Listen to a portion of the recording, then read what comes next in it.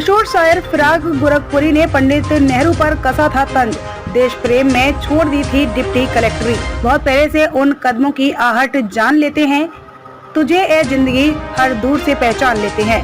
मशहूर शायर रघुपति सहाय और फिराक गोरखपुरी की ये पंक्तियां उनकी संजीदगी और उनके वक्त के तकाजे को परखने की क्षमता को बयान करती है। अपनी बेबाकी के लिए भी मशहूर फिराक ने यह रचना पंडित जवाहरलाल नेहरू से मिलने के बाद तंज कसते हुए रची थी। रविवार को इनकी जयंती है। बिना लाग लपेट अपने विचार, एहसास और अनुभव का इजहार शायरी के जरिए प्रस्तुत करके फिराक साहब अदब की दुनिया के फनकार बन गए, लेकिन उनकी याद महफिलों व मुशायरे के मंचों तक ही सिमट कर रह गई है।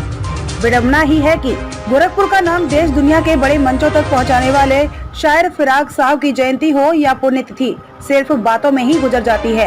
हुक्मरान से लेकर अफसरान तक किसी को फुर्सत नहीं जो उनकी याद में कोई ऐसा भव्य आयोजन करे जो उनकी सच्ची श्रद्धांजलि देने के साथ ही नई पीढ़ी को फिराक साहब के जीवन, संघर्ष और देश के लिए किए गए बलिदान से रूबरू करा सके। रघुपति सहाय उर्फ फिराक गोरखपुरी की जयंती यानी 28 अगस्त सामान्य तारीखों की तरह गुजर जाने का सबसे बड़ा मलाल गोला क्षेत्र के बनवार पार गांव के लोगों को रहता है। यह वही बनवार पार गांव की धरती है जहां मुंशी गोरख प्रसाद इबरत के पुत्र के रूप में उसका जन्म 28 अगस्त 1896 को हुआ था। इनके पिता इबरत साहब पेशे से वकील थे, लेकिन शायरी में भी उनका बड़ा दखल था। फिराक साहब ने इलाहाबाद अब प्रयागराज विश्वविद्यालय से पढ़ाई मुकम्मल की। वर्ष 1930 में अंग्रेजी साहित्य से एमए करने के बाद फिराक साहब ने प्रयागराज विश्वविद्यालय में बतौर शिक्षक की जिम्मेदारी संभाली। पिता से विरासत में मिली शायरी की खूबी इस कदर परवान चढ़ी कि अंग्रेजी पढ़ने और पढ़ाने वाले फिराक साहब ने कालियाजी रचनाओं के लिए ज्ञानपीठ के बड़े सम्मान हासिल तो किए ही, साथ ही आने वाली नस्लों को पढ़ने और मनन करने के लिए बहुत कुछ छोड़ गए।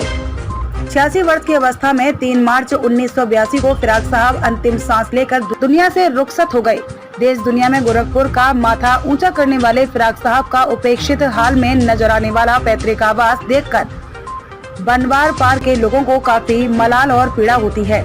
जयंती हो या पुण्यतिथि, फिराक लाइब्रेरी के पास लगी उनकी प्रतिमा पर फिराक साहब सेवा संस्थान के अध्यक्ष छोटेलाल यादव सरीखे कुछ लोगों के अलावा कोई भी जिम्मेदार श्रद्धा के 2 फूल तक चढ़ाने नहीं पहुंचता। देश प्रेम की भावना में छोटी डिप्टी कलेक्टरी प्रयागराज विश्वविद्यालय में पढ़ने के बाद फिराक साहब ने प्रशासनिक सेवा में भी सफलता का परचम लहराया था। वर्ष 1918 में उन्हें डिप्टी कलेक्टर के पद पर तैनाती मिली, लेकिन देश में धधक रही आजादी के आंदोलन की ज्वाला ने उनकी क्रांतिकारी तबीयत को सरकारी नौकरी में रमने नहीं दिया। आखिरकार 28 नवंबर 1920 को उन्होंने डिप्टी कलेक्टर के पद से इस्तीफा दे दिया और आजादी के रंग में पूरी शिद्दत के साथ कूद पड़े। फिराक साहब गोरखपुर में असहयोग आंदोलन की अगुवाई करने वाले बाबा राघव दास के हम कदम बन गए। इस दौरान 4 महीने के लिए अंग्रेजी हुकूमत ने उन्हें भाषण देने पर प्रतिबंध लगा दिया। वर्ष 1921 में पंडित जवाहरलाल नेहरू के पूर्वांचल दौरे के समय धारा 144 लगाकर फिराक साहब को भाषण देने से रोका गया, लेकिन इसी क्रम में बस्ती में हुई विशाल जनसभा में फिराक साहब अध्यक्षता करने में सफल रहे। प्रयागराज में आजादी की जंग से जुड़ी बैठक में पूर्वांचल के नेतृत्व करते समय फिराक साहब को गिरफ्तार करके जेल भेजा गया। आजादी की जंग में कदम से कदम मिलाकर चलने वाले फिराक साहब को अंग्रेजी हुकूमत ने जेल तो भेज दिया, लेकिन उनके अंदर से देश के प्रेम की भावना को तिर-वितर नहीं कर सके।